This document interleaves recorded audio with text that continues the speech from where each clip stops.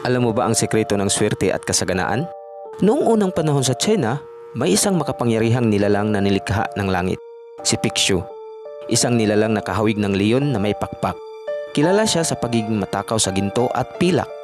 Ngunit napansin ng Jade Emperor na kumakain lang ito ng kayamanan at hindi na ito inilalabas.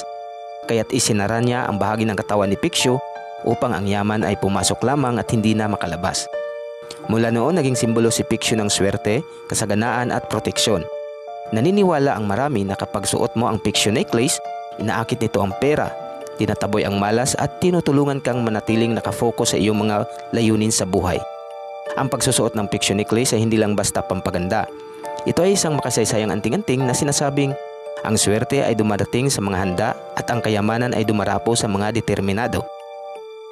Kaya naman nilagay ko na ang link sa baba kung saan ko ito na-order nang makapag-order ka na rin ng sarili mong Pixiu necklace. Click mo lang ang yellow basket sa baba.